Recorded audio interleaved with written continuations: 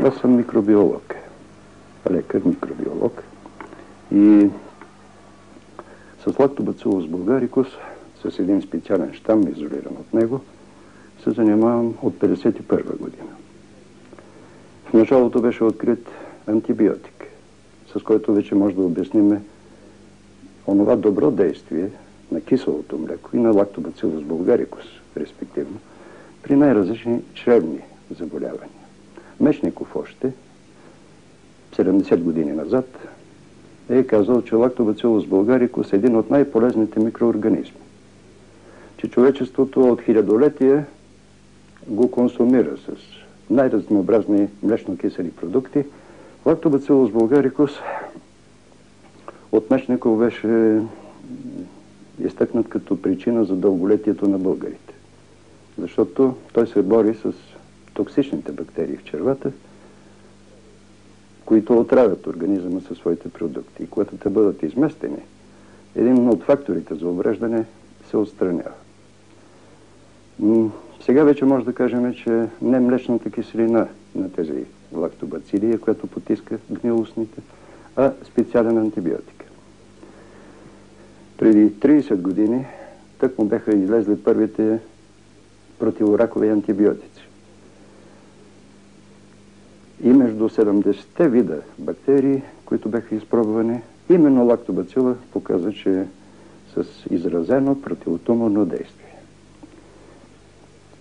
Най-важното качество на лактобацила и на неговото противораково вещество е, че засяга единствено само злокачествените клетки и няма никакви въздействия, увреждащи върху нормалните тъкани. Резката разлика между химиотерапевтици и това вещество. Самия механизъм на въздействие върху раковата клетка го отличава коренно, докато химиотерапевтичните средства, цитостатиците, само потискат развитието на тумора. Туморонекротизиращата субстанция, която произвежда лактобацилуса, действа разрушаващо. И при това този процес на разрушаване се извършва извънредно бързо. Това е от най-ярките качества, но в някои аспекти вече може да бъде и оценено като лошо качество. Бързината, с която се извършва. Първоначално, както навсякъде, първите опити се правят върху туморни модели у животни. И при това широко използвани са белите мишки, върху които могат да се присъдат най-различни видове злокачествени тумори. Но нас ни преди всичко интересуваше въпроса, това противораково вещество ще има ли действие при човека? Защото маса примери сочат, че при животните се получават някакви си резултати, но когато се стигне до използване при човек, то резултатите са никакви. И от много хиляди препарати, минали през такива експерименти, например в Американския център за ракови изследвания, 50 000 вещества се изпитват ежегодно. От тях остават 40, а след клиничното им изпитване остават само 4. Бих искал да подчертая, че наистина не би могло да има универсално лекарство, което да излекува всички форми и всички пациенти, независимо от стадия, в който започват това лечение. Такова не може да има. Но не може да се отрича априори лекарство, което да действа на няколко вида. Защото има, освен безкрайните различия в туморите, има и нещо много общо или общо за всички. Това е техната злокачественост. И ако се намери средство, което да въздейства върху този момент, който ги прави злокачествени, то всички биха реагирали по един и същи начин. Ще се разруши ония фактор, който ги прави злокачествени новообразования. Или пък, ако се намери средство, което да стимулира организма, да засили неговите защитни сили и организма сам да се бори с тумора, то такова средство би въздействало при най-разнообразни видове тумори. Професор Попхристов проведе наблюдение върху тумори при хора. С интратуморно инжектиране, което показва, че ефектите, които се получават, са абсолютно аналогични с това, което наблюдаваме при туморите у животни. Постига се некротизиране, отпадане на тумора и пълно зарастване, което е проследено в течение на години, че е напълно излекуван. Това вече доказателство, че веществото би имало приложение и в човешката онкология, ни задължаваше да се получи това вещество в чист вид, който да може да бъде използван. И тогава беше създаден този институт, в който и сега работим, с задачи да проучи сестранна лактобацила, да получи химическо пречистване на активната субстанция, да проведе клинични изпитания и да завърши цялостното изпитване на един лечебен препарат, какъвто се полага. От 1959 година бяха започнати опити за химическо пречистване, които доведаха до създаването на редица препарати, носещи противотуморна активност. Повече от 2000 фракции бяха изпитани на животни, но там се търсеше не само противотуморното действие, а и едно друго качество, водещо качество, безвредността на препарата за човешкия организъм. Споменах ви, че имахме повече от 2000 фракции, между които трябваше да избираме коя точно ще отговаря най-пълно на... И аз мога да поиронизирам над себе си, да кажа, че по някой път съм завиждал на Боридановото магаре, което е имало да избира не между 2000 купи сено, а само между две. И загинало между двете купи, без да си избере една от тях. Та, 1967 година бехме в такова положение, че не знаехме изобщо възможно ли е да се получи препарат за веносно приложение. Някои от нашите препарати бяха токсични, с лоши въздействия върху организма и трябваше да избираме. И тогава, макар че теоретически смятахме, че не е възможно, решихме да опитаме препарат, който не е химически очистван. Всичко, което се съдържа в лактобацила, да се дава през устата. Абсолютно безвреден по принцип, и наблюденията и експериментите, които бяха проведени, доказаха, че е безвреден. Пък да видим какво ще стане и нека организъма се избира каквото му е необходимо да го поема, да го използва както той се умява. Тогава започна именно анабола. В началото препарата носеше името антибиотикум булгарикум. Но такова име аз бих му дал, дори да не произхождаше от лактобацилус булгарикус. Нека да има и трето, което носи българско име. Освен розата и лактобацилус булгарикус, да има и един антибиотикум булгарикум. Анабола, освен своето чисто противораково действие, има и свойството да тушира вредните въздействия на химиотерапията и на лъчетерапията. Ние говорихме вече за, макар не в подробности, но едно тежко увреждане на костния мозък, да кажем, което се изразява с намаление броя на белите кръвни телца. Но имаме пациенти, които са имали 200 левкоцита, вместо 7000, които се сметат за норма. Предизвикана на тая левкопения от химиотерапевтични средства. С помощта на анабола, регенераторните процеси на костния мозък довеждат в дни до възстановяване. До 4000-5000 левкоцита, които са вече безопасно състояние на извън опасностите за организма.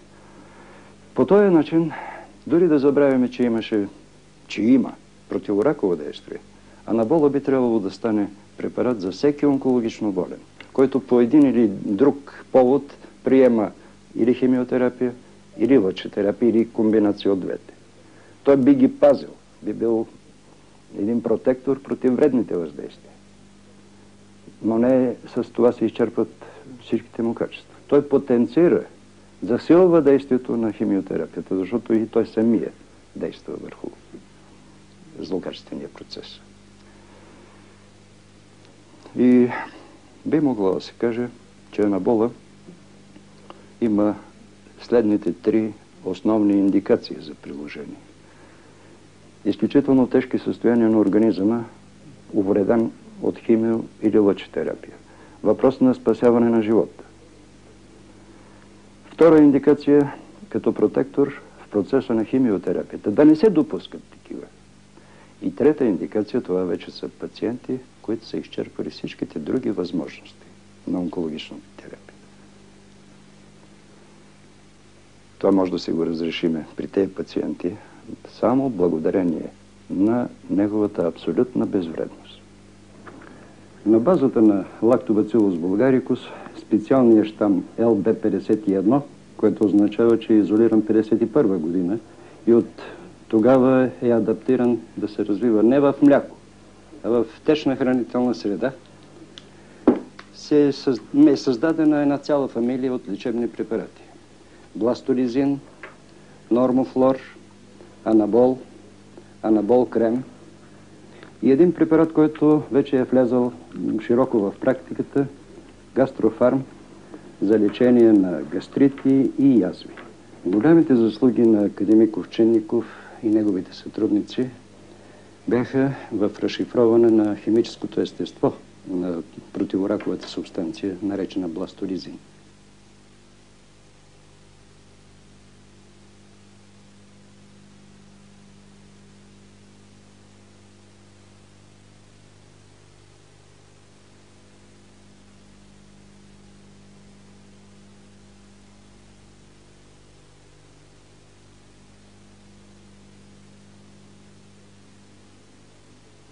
Бластолизина, споменах за неговото качество, избирателно, но много бързо действие.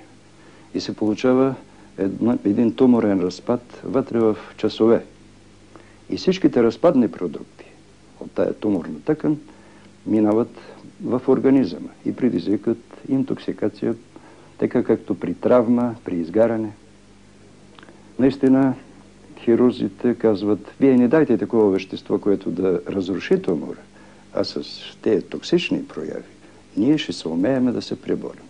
Но това вече задължава приложението му да става само в клинична обстановка, с готовност да има борба за детоксикиране.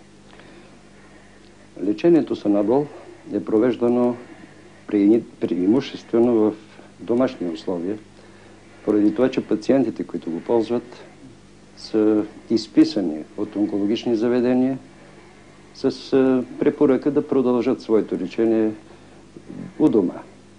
Това само по себе си показва тежестта на заболяванията, при които това лечение е било провеждано. Ние ползваме всъщност документацията, с която пациентите са изписани, от включваща диагноза и прогноза. Използваме документацията от контролните прегледи.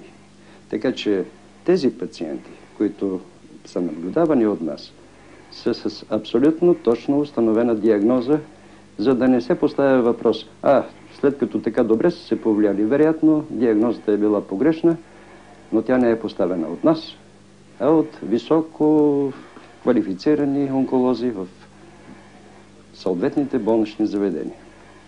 Под провизорното име анабол този препарат се изпитва вече в течение на 14 години при различни категории онкологично болни и резултатите при 100 от повече от 2000 изпитали го са описани в една малка монография, в която се документират различните аспекти на действие на пероралния сиреч препарат, който се взима през устата, наречен анабол.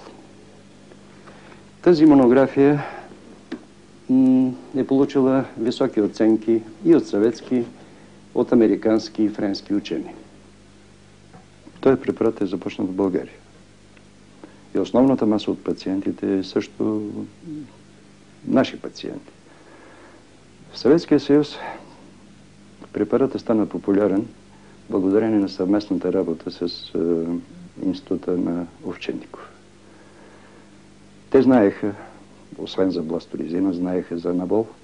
И когато от този препарат стана нужда при няколко академика, то започна да се разширява лавинообразно.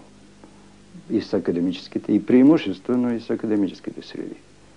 И сега препаратът е станал популярен не само в Москва, в Ленинград, в Киев, та дори пациенти във Ворошиловград, аз дори не знам къде се намира, но оттам писма, молби, с епикризи, документация за състояние.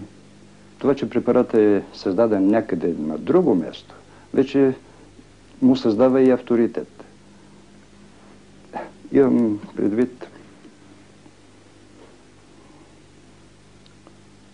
но и бариерите.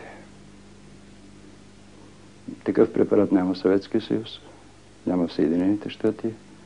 И у нас, специално нашите хора, биха се попитали, да нима е възможно у нас. Противораков препарат може да се каже, че е доказан още в 1968 година. Но ни трябваха 14 години, за да се убедим ние сами за реалните му качества. Защото има маса примери, когато са гърмяли топове, са били камбани, хората са се обнадеждавали и след това са настъпвали горки разочарования от ефектите на тези прочути или прехвалени лекарства. Това нещо ние не можехме да си го разрешим. Без дълбокото убеждение. Сега вече можем. Да кажем и има. Защото някой може да ни упрекне: абе, толкова години работихте и до сега нищо не направихте. Наша беда е, че нищо не сме публикували. А съображенията ви ги казах. Може да си представите една публикация, едно излизане пред обществеността, направено не на време, направено преждевременно. Можете ли да си представите колко хора биха дошли да търсят препарат? И да им кажем: почакайте, сега ще организираме производство и като го организираме, да знаеш, че можеш да помогнеш, а всъщност да нямаш възможност да помогнеш. Какво нашето производство, вие ще го видите. Тъй видяхте го. Слава Богу, че го има. Защото само с лабораторните проверки и колби до никъде не бихме стигнали. Ако сами не си произвеждаме препарат, който да изпитваме. Ако някой се е ангажирал някой път с мнение, че няма такъв препарат, защото имаме, да се каже, и писмени документи в това отношение. Такъв препарат не съществува. Нашите изследвания показаха, че няма действие.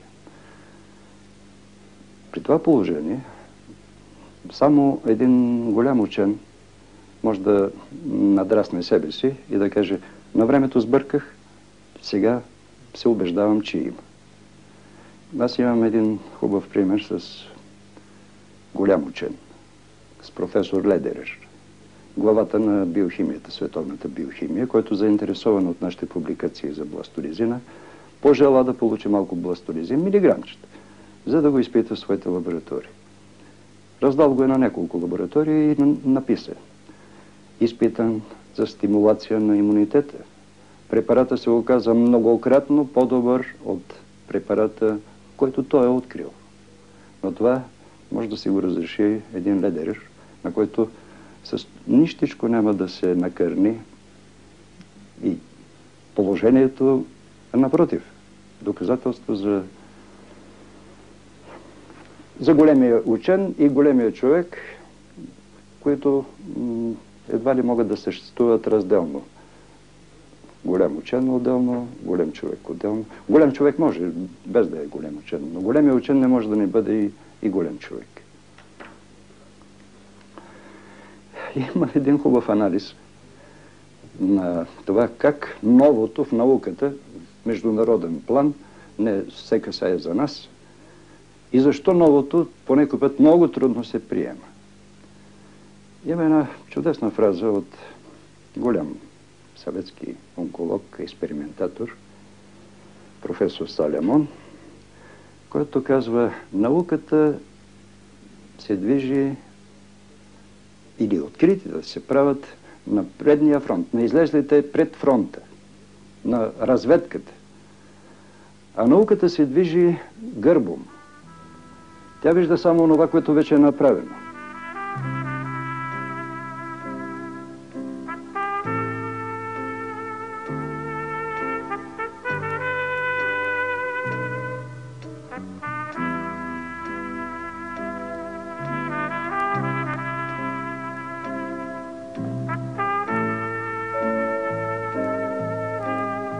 Фактически вече противораков препарат има. Но ние бихме се съгласили на това. Нека той да бъде първи, най-несъвършенният, но да даде нов път, нов тласък за търсене на подобни продукти. Може да се намерят утре далече по-ефективни. Едно стъпало, върху което някой друг да стъпи, за да намери по-добро.